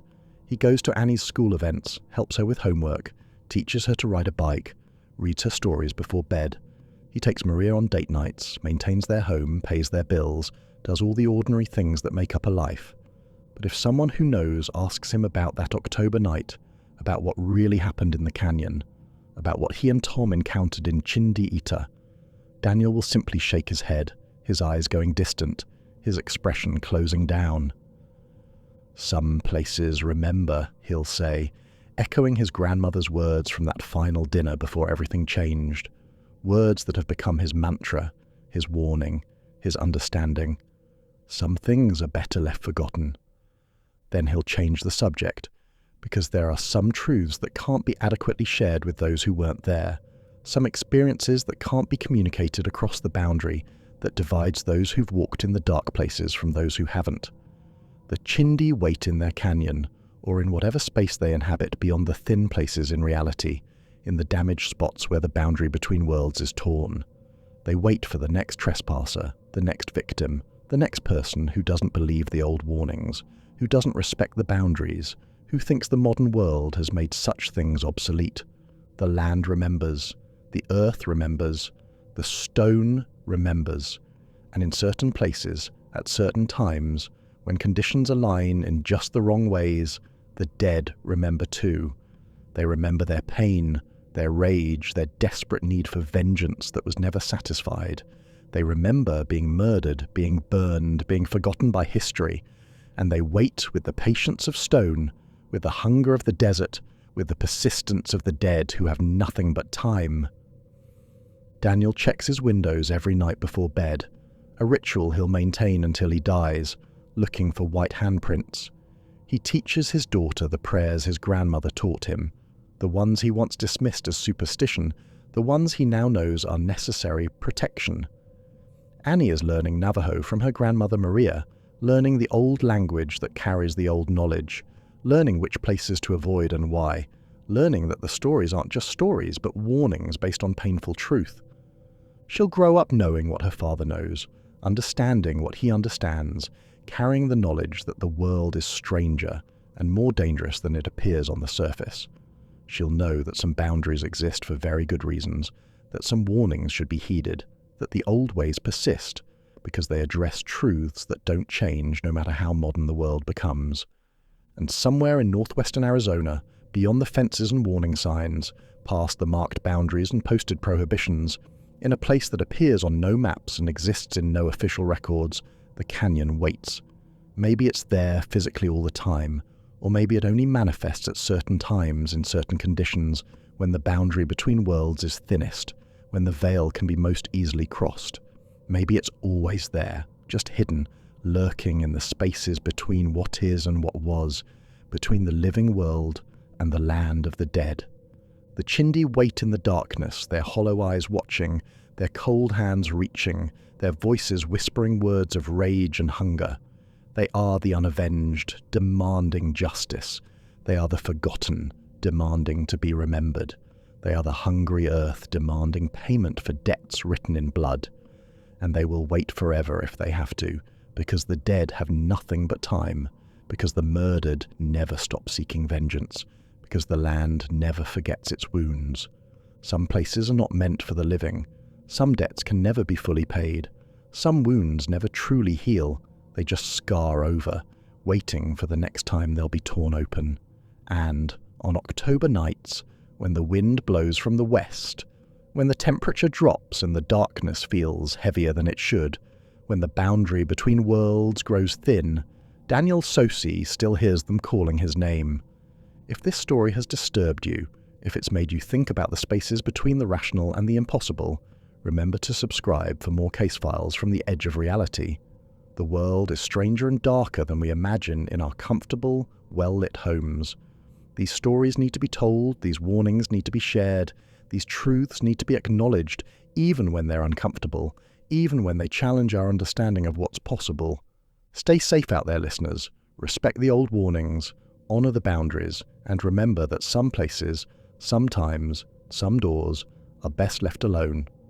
Until next time, they reached a junction point where dozens of neural pathways converged. Voronov could see bioelectrical impulses running along them, carrying information. This was important. This was vital to the ship's function. The figure began placing explosives. The devices were unlike anything in Imperial arsenals, cylindrical, covered in digital readouts and strange markings. The figure worked quickly, placing charges at key neural junctions. "Margos," Voronov said, "do you have anything that can help?" Calyx was already moving. "The Valkyrie still has 4 missiles in its launch tubes. I can repurpose them as demolition charges. Do it. Fast." They worked frantically. Calyx's mechadendrites moved with inhuman speed, reprogramming missile guidance systems into simple timers. Voronov placed charges at what looked like major blood vessels, at neural nodes, at anything that seemed structurally important. The antibody organisms kept coming. The figure held them off, its weapons never stopping. Shotgun blasts echoed through the fleshy corridors. The chainsaw's roar was constant. "Charges placed," Calyx reported. "Timers set for simultaneous detonation in 3 minutes." The figure looked at them, then looked back the way they'd come. It started running. They ran. Through passages that were actively trying to close around them. Through chambers where half-formed tyrannids reached out with unfinished claws. Through corridors that seemed to scream as the bioship's immune system went into overdrive. Behind them, they could hear something. A sound like a whale singing, but wrong. Alien. The hive mind knew what they'd done. It was trying to stop them. Walls of flesh grew across their path. The figure didn't slow. It crashed through them with brute force, chainsaw carving a path. They reached the crash site. The Valkyrie was still there, more damaged than before, but potentially functional. "Can this thing even fly?" Kovar asked. The figure was already in the pilot's seat. The engines coughed, sputtered, died. The figure tried again. The engines caught. Barely. The Valkyrie lifted off the ground, wobbling dangerously. They shot toward the hangar opening. Behind them, the bioship's interior was going haywire. The walls were convulsing. The antibody organisms were swarming toward them. They cleared the hangar just as the charges detonated. The explosion was catastrophic. Every charge, every repurposed missile, every piece of explosive they'd placed detonated simultaneously at key points throughout the bioship's nervous system. The shockwave hit the Valkyrie and threw it forward like a toy. Voronov was slammed against his harness hard enough to break ribs. His vision went dark. He couldn't breathe. When his vision cleared, they were falling. The Valkyrie's engines were dead. They were in a barely controlled descent, the ground rushing up to meet them. The figure fought with the controls, coaxed the dying aircraft into something resembling a glide. They hit the ground hard, skidding across the ruins of what had once been a residential district. The Valkyrie's hull screamed as it tore through rubble. They came to a stop against a collapsed hab block. Voronov forced open the side hatch and fell out onto Rockcrete. He lay there for a moment, staring at the sky. The bioship was dying. It writhed in the upper atmosphere like a dying whale. Neural controls severed. Its body was shutting down. Atmosphere vented from massive ruptures in its hull. Partially formed organisms were expelled into the void, freezing instantly. The ship began breaking apart, 8-kilometer chunks of bioengineered flesh falling toward the planet. One massive piece fell nearby, impacting with enough force to register on seismographs across the continent. "We did it," Kovar whispered. She was lying next to Voronov, staring at the same sky. "Emperor's mercy, we actually did it." On the ground, the remaining Tyranid organisms were going feral. Without synapse control, without the Hive Fleet's coordination, they lost all semblance of order. Hormagaunts attacked termagants. Warriors turned on smaller organisms. The swarm was consuming itself. Across the planet, Imperial forces saw their chance. Tanks emerged from hiding. PDF soldiers came out of bunkers. The counteroffensive began. Voronov forced himself to sit up. Every movement was agony. He looked for the figure. It had climbed out of the Valkyrie and was standing on top of the wreckage, looking at the chaos, at the dying bioship, at the feral Tyranids tearing each other apart. Then it started walking, not toward safety, toward the nearest concentration of feral organisms. "It's still fighting," Volkov said. "We won. The planet's saved, and that thing is still fighting." Voronov watched the figure disappear into the ruins. He could still hear it, the roar of its shotgun, the scream of its chainsaw. "It's not fighting for us," Voronov said quietly. "It never was. It's fighting because that's what it does. That's all it does." 5 days later, Inquisitor Gregor Valdane arrived with a full Ordo Xenos investigation fleet. Valinor's rest had been secured. The feral Tyranids had been hunted down and exterminated. The orbital debris from the destroyed bioship had been catalogued. The surviving population was being evacuated. 7 million dead. 3 major cities reduced to biomass. Entire continents scarred by digestion pools. But the Tyranid threat had been eliminated. Voronov stood before Valdane in what remained of the planetary command center. The Inquisitor was a tall man, his face scarred from decades of fighting Xenos threats. His eyes were the cold grey of someone who'd seen too much and believed too little. "Tell me everything," Valdane said. Voronov did. He started with the portal and ended with the bioship's destruction. He left nothing out. Every detail, every kill, every impossible thing the warrior had done. Valdane listened without interruption. When Voronov finished, the Inquisitor was silent for a long moment. "This warrior," Valdane said finally. "You never learned its identity, never saw its face." No, sir. It never spoke, never removed its helmet. It allowed us to follow, but it never acknowledged us as allies. And the portal? Still active, deep in the mining tunnels. Valdane nodded slowly. Show me. They descended into the tunnels, past collapsed sections, past dried ichor and scorch marks, past places where the rock had been melted by weapons that shouldn't exist.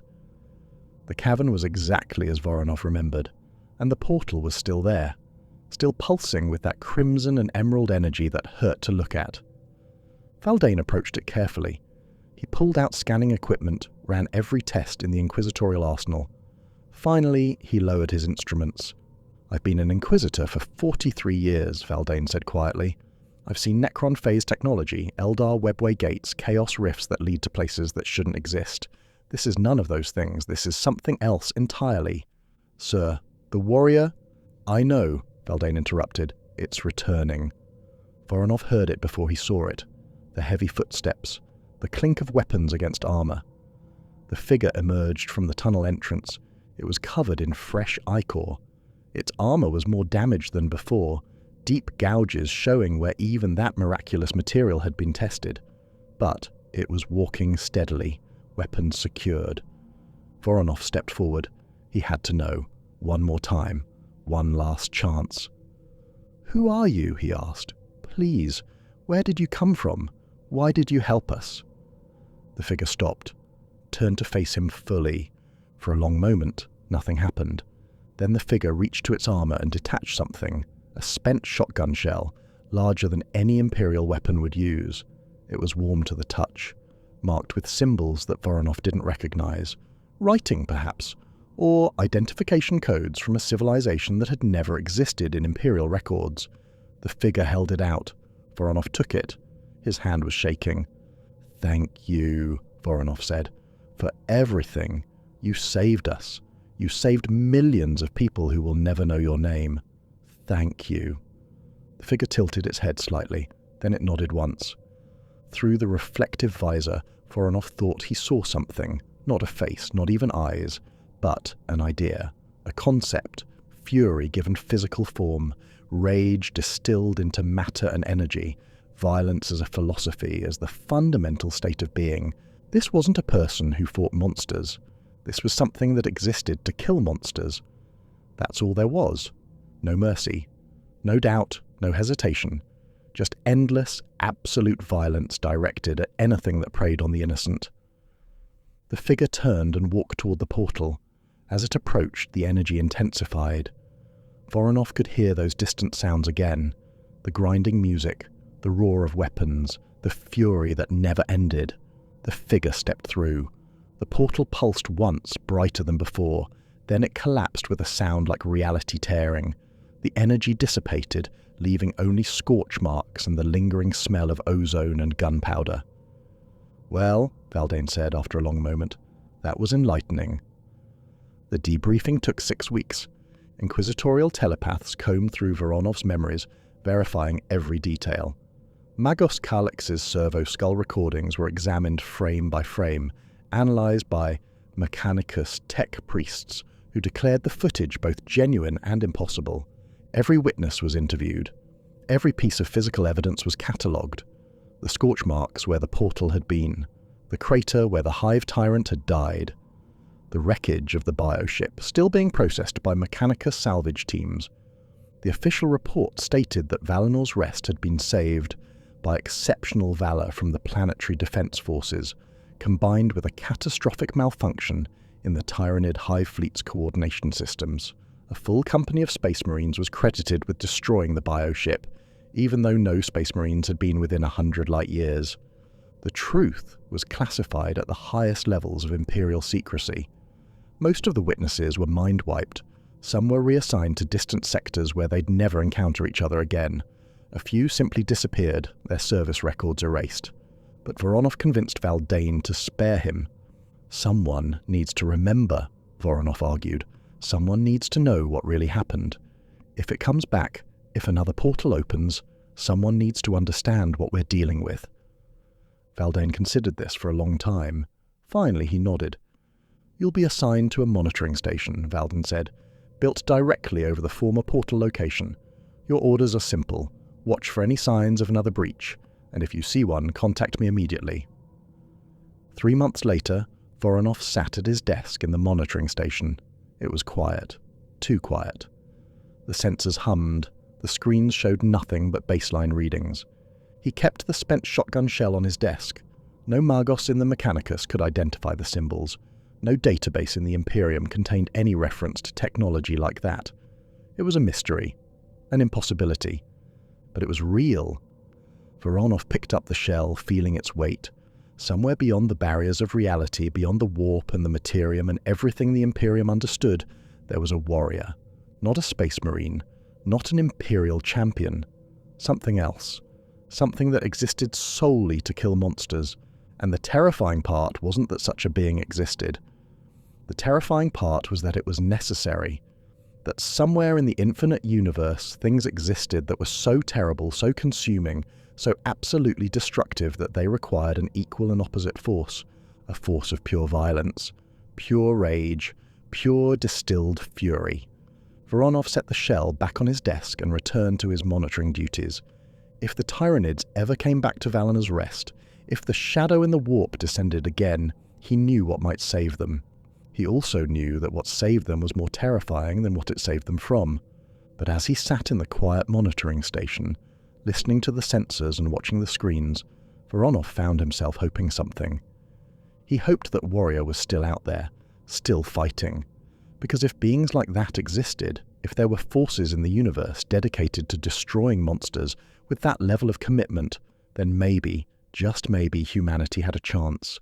Even if those forces were more frightening than the darkness itself. Even if Salvation wore green armor and carried weapons that defied explanation. Even if the thing that saved you was just as likely to kill you if you got in its way. Because in a universe full of horrors, sometimes the only thing that can save you is an even greater horror pointed in the right direction. Voronov picked up the shell one more time, turned it over in his hands, felt the weight of it. Somewhere, in some other reality, that warrior was still fighting, still killing, still existing as pure, focused violence. And Voronov was grateful for it. This case file is now closed, but countless others await investigation. If you want more nightmare scenarios, impossible battles and encounters that defy explanation, subscribe and hit that notification bell. The multiverse is infinite and the horrors within it never sleep. Until next time, stay vigilant.